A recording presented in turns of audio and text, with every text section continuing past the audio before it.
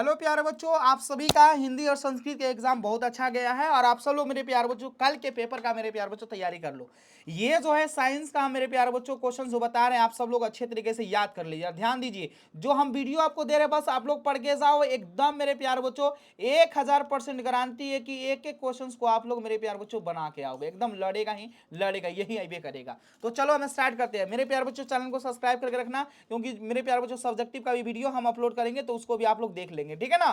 तो सभी लोग फटाफट क्लास को शेयर भी कर देना दोस्तों में, और मेरे प्यार बच्चों लाइक करना, चैनल को सब्सक्राइब करके रखना, क्योंकि पूरा साल भर मेरे प्यार बच्चों ऑल सब्जेक्ट का तैयारी यहाँ पे कराया जाएगा और पूरा एग्जाम में आईबे करेगा, ठीक है ना। तो चलो शुरू करते हैं। मेरे प्यार बच्चों क्वेश्चंस आपके स्क्रीन के सामने आ चुका है, ये सब क्वेश्चन आने वाला है, टेंशन लेने की आवश्यकता नहीं है। चलो फटाफट आंसर बताओ। पहला क्वेश्चन है मेरे प्यार बच्चों, समतल दर्पण के द्वारा बना प्रतिबिंब होता है, तो समतल दर्पण में काल्पनिक प्रतिबिंब बनता है, बी ऑप्शन होगा। प्रकाश के परिवर्तन के कितने नियम है, तो 2 नियम है, बी ऑप्शन सही आंसर हो जाएगा। अगले क्वेश्चंस की तरफ बढ़िए फटाफट मेरे प्यार बच्चों, उड़ा दीजिए सब क्वेश्चंस को, यही आईबे करेगा एग्जाम में, टेंशन नहीं लेना आप सबको, ठीक है ना। अगला क्वेश्चन है, अवतल दर्पण की फोकस दूरी इसकी वक्रता त्रिज्या की होगी, तो एफ बराबर आप लोग फॉलो हो ना r/2, तो यहाँ पे एफ बराबर r/2 यानी आधी होगा। अवतल दर्पण या उत्तल दर्पण की फोकस दूरी वक्रता त्रिज्या की क्या होती है मेरे प्यार बच्चों, आधी होती है, तो बी ऑप्शन सही आंसर होगा। दाढ़ी बनाने में किस दर्पण का उपयोग किया जाता है, तो अवतल दर्पण का, ऑप्शन सी राइट आंसर होगा। अगले क्वेश्चन की तरफ बढ़िए फटाफट मेरे प्यारे बच्चों। अगला क्वेश्चन है यहाँ पे 5 नंबर देख लीजिए। 5 नंबर क्वेश्चन है मेरे प्यारे बच्चों कि एक प्रकाश की किरण समतल दर्पण पर लंबवत आपतित होती है तब परिवर्तन कोण का मान क्या होगा। एक प्रकाश की किरण समतल दर्पण पर लंबवत आपतित होती है तब परिवर्तन कोण का मान कितना होगा, ये बताना है। 0 डिग्री होगा जी, 0 डिग्री, ऑप्शन ए सही आंसर हो जाएगा। अगले क्वेश्चन की तरफ बढ़िए फटाफट मेरे प्यारे बच्चों। अगला क्वेश्चन है यहाँ पे देख लीजिए, दो समानांतर जो है ना समतल दर्पणों के बीच रखी गई वस्तु कितने प्रतिबिंब बना सकते हैं, तो मेरे प्यारे बच्चों अनंत, अनंत, ऑप्शन डी राइट आंसर हो जाएगा। अगले क्वेश्चन की तरफ बढ़िए। अगला क्वेश्चन है मेरे प्यारे बच्चों 7 नंबर और 8 नंबर, इसका आंसर दीजिए जल्दी से आप सब लोग। क्वेश्चन यहाँ पे 7 है कि किस दर्पण किसी समतल दर्पण की फोकस दूरी का मान होता है, तो समतल दर्पण की फोकस दूरी का मान अनंत होता है, ऑप्शन ए सही आंसर हो जाएगा, ठीक है बाबू मेरे। अगला क्वेश्चन है, निर्देशांक चिन्ह प्रणाली के अनुसार दर्पण सूत्र है, तो मेरे प्यारे बच्चों 1/v plus 1/u equal to 1/f, option B सही आंसर हो जाएगा, ठीक है। अगले क्वेश्चन की तरफ बढ़िए फटाफट आप सब लोग मेरे प्यारे बच्चों। अगला क्वेश्चन है यहाँ पे देख लीजिए 9 नंबर और 10 नंबर, फटाफट आंसर बता दीजिए मेरे प्यारे बच्चों। ये देखो 9 नंबर क्वेश्चन है, निर्देशांक चिन्ह प्रणाली में सभी दूरियां मापी जाती है, तो ध्रुव से मापी जाती है, सी ऑप्शन हो जाएगा। 10 का यहाँ पे देख लो, 10 नंबर क्वेश्चन यहाँ पे देख लो फटाफट आप सबका, किसी समतल दर्पण का आवर्धन का मान होता है, तो समतल दर्पण में आवर्धन का मान ये हमेशा ध्यान रखना यहाँ पे मेरे प्यारे बच्चों 1 होता है, सी ऑप्शन हो जाएगा। अगला क्वेश्चन देख लीजिए आप सब लोग, यहाँ पे 11 नंबर क्वेश्चन है मेरे प्यारे बच्चों। देखो यहाँ पे है कि शरीर में भोजन का पचना किस प्रकार की अपक्रिया है, तो यहाँ पे ऑक्सीकरण अपक्रिया है, ए ऑप्शन सही आंसर हो जाएगा।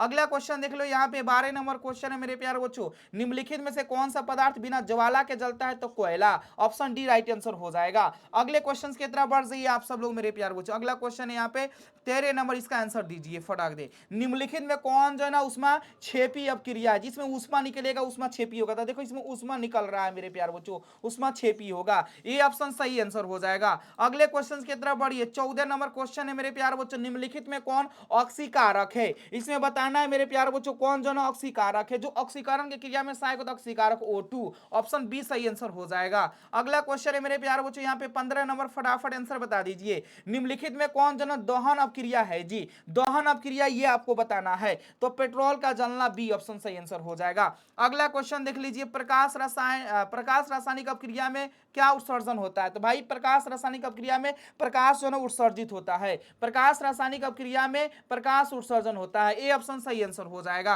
अगला क्वेश्चन है मेरे प्यारे बच्चों यहाँ पे 17 नंबर, रेडॉक्स अपक्रिया में होती है, तो देखो रेडॉक्स अपक्रिया में ऑक्सीकरण और अवकरण दोनों साथ साथ होती है, तो सी ऑप्शन सही आंसर हो जाएगा। अगला क्वेश्चन है यहाँ पे 18 नंबर देख लीजिए आप सब लोग। 18 नंबर क्वेश्चन है कि जिस न्यूनतम ताप पर कोई पदार्थ जलना शुरू कर दे उसे हम लोग जो ज्वलन ताप कहते हैं, सी ऑप्शन सही आंसर हो जाएगा।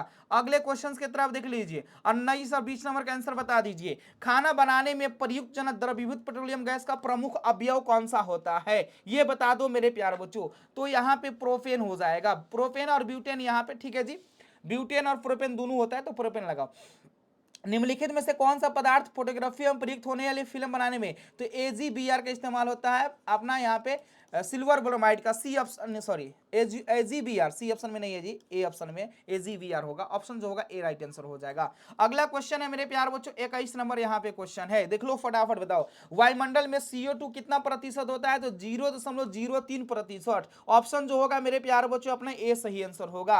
अगले क्वेश्चन की तरफ बढ़ जाइए, अगला क्वेश्चन है मेरे प्यार बच्चों यहाँ पे 22 नंबर, इसका आंसर दो, निम्नलिखित में कौन स्वपोषी जन भोजन के लिए आवश्यक है, तो स्वपोषी के लिए सूर्य का प्रकाश, H2O, CO2 और जन इनमें से सभी, डी ऑप्शन सही आंसर हो जाएगा। अगला क्वेश्चन है यहाँ पे 23 नंबर, इसका आंसर बता दीजिए सभी लोग। 23 नंबर क्वेश्चन है, निम्नलिखित में कौन स्वपोषी होते हैं, तो जितने भी पेड़ पौधे होते हैं वो सभी स्वपोषी होते हैं, डी ऑप्शन हो जाएगा। अगले क्वेश्चन की तरफ बढ़िए, यहाँ पे 24 नंबर क्वेश्चन देख लीजिए, फटाक से आंसर बताइए, मनुष्य के दांत की सबसे बाहरी जो परत होती है उसको हम लोग क्या बोलते हैं, तो मनुष्य के दांत की सबसे जो बाहरी परत होती है उसको इनामेल बोलते हैं, ऑप्शन डी राइट आंसर होगा। अगले क्वेश्चन की तरफ बढ़िए फटाफट, अगला जो क्वेश्चन यहाँ पे 25 नंबर, फटाफट आंसर बताइए, निम्नलिखित में कौन अवशोषी अंग है, तो यहाँ पे मेरे प्यार बच्चों अपेंडिक्स अवशोषी अंग होगा, डी ऑप्शन होगा। अमीबा भोजन को किसके सहायता से ग्रहण करता है, तो कुटपाथ के माध्यम से, ऑप्शन सी राइट आंसर हो जाएगा।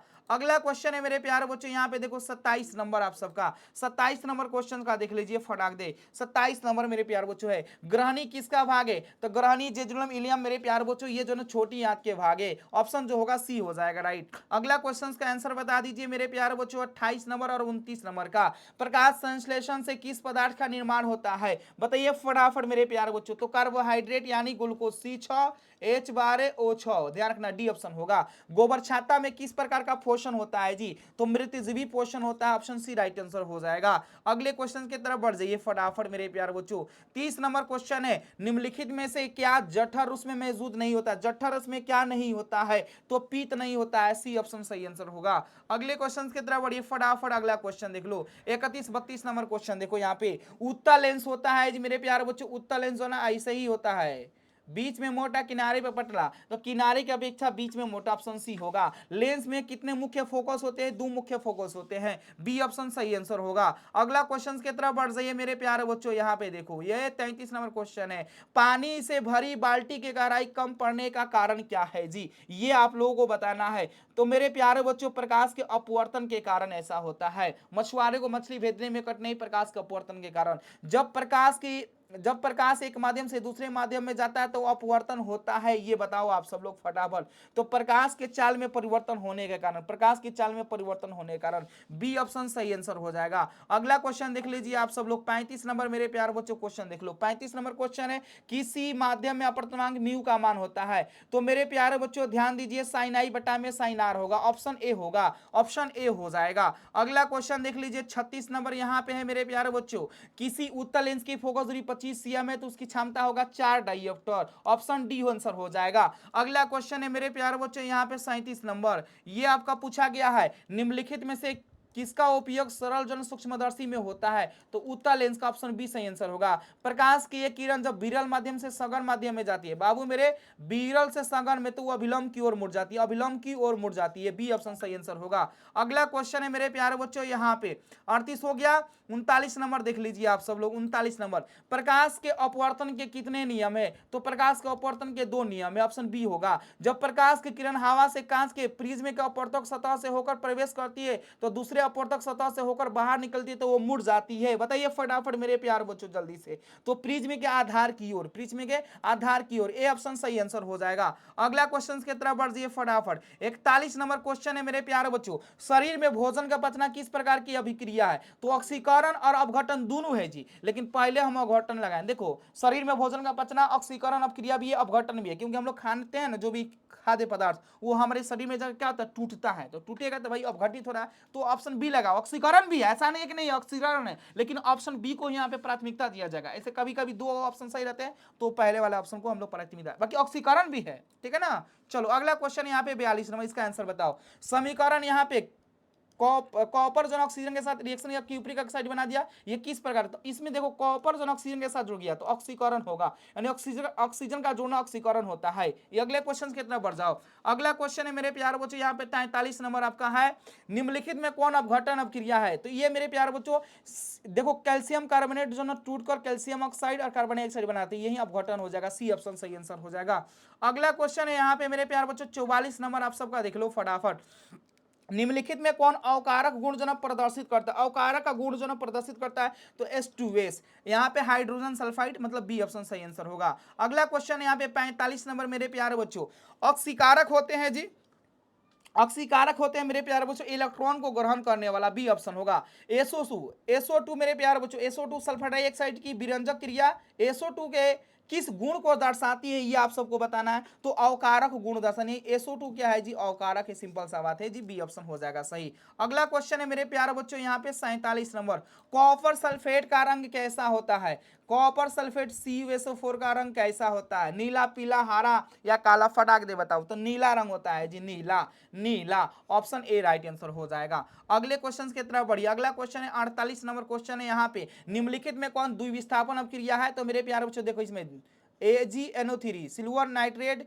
सोडियम क्लोराइड के साथ रिएक्शन किया, तो ये जो है ना यहाँ पे क्लोरीन के साथ आया और नाइट्रेट सोडियम के साथ, तो ये द्विविस्थापन अभिक्रिया का बी ऑप्शन होगा। अब क्रिया H2SCl2 रिएक्शन किया तो बना दिया हाइड्रोजन क्लोराइड Cl, और S में कौन सा पदार्थ का ऑक्सीकरण होगा, तो मेरे प्यारे बच्चों जिसके साथ ऑक्सीजन जुड़ेगा उसका ऑक्सीकरण होगा, या जिसके साथ हाइड्रोजन जो न हटेगा। तो देखो यहाँ पे ऑक्सीकरण हुआ किसका जी, Cl, मेरे प्यारे बच्चों यहाँ पे Cl2 का, ठीक है ना। तो राइट आंसर जो होगा ऑप्शन यहाँ पे ए हो जाएगा। अगला क्वेश्चन है मेरे प्यारे बच्चों यहाँ पे 50 नंबर, फटाफट यहाँ पे बता दो। 50 नंबर है, निम्नलिखित में से किस गैस का उपयोग किसी ताजा तेल को बहुत दिनों तक सुरक्षित रखने के लिए जो उपयोग किया जा सकता है, तो नाइट्रोजन का, ऑप्शन सी राइट आंसर होगा। चिप्स की थैली में नाइट्रोजन गैस भरी जाती है, सबको पता है जी। 51 नंबर का आंसर बताइए, निम्नलिखित में कौन श्वसन क्रिया के उपरांत जो बनता है, तो श्वसन क्रिया के उपरांत CO2H2O और ऊर्जा का निर्माण होता है, ऑप्शन जो होगा बी हो जाएगा। निम्नलिखित में किसमें किण्वन होती है जी, तो किण्वन की, अब किण्वन जो होता है ना बाबू मेरे, वो ईस्ट में होता है, बी ऑप्शन सही आंसर होगा। अगला क्वेश्चन है मेरे प्यारे बच्चों यहाँ पे देख लीजिए, 53-54 नंबर क्वेश्चन का आंसर बताओ। अवायवीय श्वसन जो ना कोशिका के किस भाग में होता है, तो अवायवीय श्वसन जो होता है मेरे प्यारे बच्चों कोशिका द्रव में होता है, और वायवीय श्वसन पूछेगा ना, वायवीय श्वसन मेरे प्यार बच्चों, वायवीय श्वसन पूछता ना तो माइटोकॉन्ड्रिया लगाते, लेकिन इसका कोशिका द्रव हो जाएगा, ऑप्शन जो होगा ए सही आंसर होगा। निम्नलिखित में से किसके द्वारा टिड्डा यानी तिलचाता जो श्वसन करता है, तो तिलचाता का श्वसन मेरे प्यार बच्चों ट्राई किया है, सी ऑप्शन सही आंसर हो जाएगा। अगला क्वेश्चन देख लीजिए यहाँ पे 55 नंबर का सही आंसर बताइए, फटाक दे मेरे प्यार बच्चों। मानव शरीर की कौन सी रचना वक्ष गुहा के उदर गुहा में मेरे प्यार बच्चों जो ना, मानव शरीर की कौन सी रचना वक्ष जो यहाँ पे गुहा को उदर गुहा से जो ना अलग करती है, ये बताना है, तो डायफ्राम यहाँ पे ऑप्शन डी राइट आंसर होगा। पौधों में श्वसन किस भाग से होता है जी बताइए मेरे प्यार बच्चों, तो पौधों में श्वसन जो होता है ना वो पेड़ पौधों की पत्तियों वाला जो होता है मेरे प्यार बच्चों उससे होगा जी, तो ताना में से भी, जड़ से भी, पत्तियों से भी। तो पेड़ पौधों में वाष्पोत्सर्जन की जो प्रक्रिया होती है वो पेड़ पौधों की पत्तियों में होती है, लेकिन यहाँ पे वाष्पोत्सर्जन नहीं पूछा, यहाँ पे पूछा गया है कि श्वसन, तो प्रत्येक भाग से आप लगा सकते हो, डी ऑप्शन होगा। वाष्पोत्सर्जन पूछता ना तो पति लगाते, चलो ध्यान रखना ये भी क्वेश्चन पे। यहाँ पे 57 नंबर क्वेश्चन है मेरे प्यार बच्चों, निम्नलिखित में कौन मानव श्वसन तंत्र का जो भाग नहीं है, इसमें मानव श्वसन तंत्र का भाग नहीं है ये बताना है, तो गिल्स मेरे प्यार बच्चों नहीं होगा, तो मछली का है जी, बी ऑप्शन सही आंसर हो जाएगा। अगला क्वेश्चन, ठीक है, अगला क्वेश्चन यहाँ पे 58 नंबर मेरे प्यार बच्चों है, पौधों में खाद्य पदार्थों का परिवहन निम्नलिखित में से किसके द्वारा, तो खाद्य पदार्थ फोलेम पहुंचाने का कार्य करेगा जी। चालिनी नलिकाएं कहां पे पाई जाती है, तो चालिनी नलिकाएं मेरे प्यार बच्चों फोलेम में ही पाई जाती है, सी ऑप्शन सही आंसर हो जाएगा। अगला क्वेश्चन देख लो, जाइलम होता किस प्रकार की कोशिकाएं होती है, जाइलम की कोशिकाएं जो होती है वो मृत कोशिका होती है, ठीक है ना, और जाइलम जल को परिवहन करने का सहायक होता है, जल में पहुंचाने का जो काम करता है जल। तो मेरे प्यार बच्चों आप सब लोग क्वेश्चन देख लियो, ये मेरे प्यार बच्चों अच्छे तरीके से पढ़ के जाइए, और देखो जो हम वीडियो अपलोड करेंगे बस उसको देख के जाना, श्योर है मेरे प्यार बच्चों 100% है कि क्वेश्चन आपके एग्जाम में लड़ जाएगा, ठीक है ना। तो फटाफट इस सेशन को क्या करना है दोस्तों के पास शेयर कर देना, और मेरे प्यार बच्चों हम सब्जेक्टिव का भी डाल देंगे वीडियो अभी तुरंत, उसको भी देख लेना, ठीक है, और सामाजिक विज्ञान का भी डालना है, मतलब जो वीडियो डालेंगे बस देख लेना है, एग्जाम में सेम डिटो क्वेश्चन आएगा। तो आप लोग चैनल को सब्सक्राइब करके जो वीडियो डाल रहे हैं एकदम वेट करो, इंतजार करो, एकदम पढ़ के जाना है, और मेरे प्यार बच्चों एग्जाम में छाप के आ जाना है, जैसे हिंदी संस्कृत में गर्दा मचा के आए हो मेरे प्यार बच्चों, साइंस सामाजिक विज्ञान में भी आपका, अंग्रेजी में भी और जन्म मैथ में भी होगा, तो टेंशन नहीं लेना है, ठीक है, okay bye bye, take care, love you all.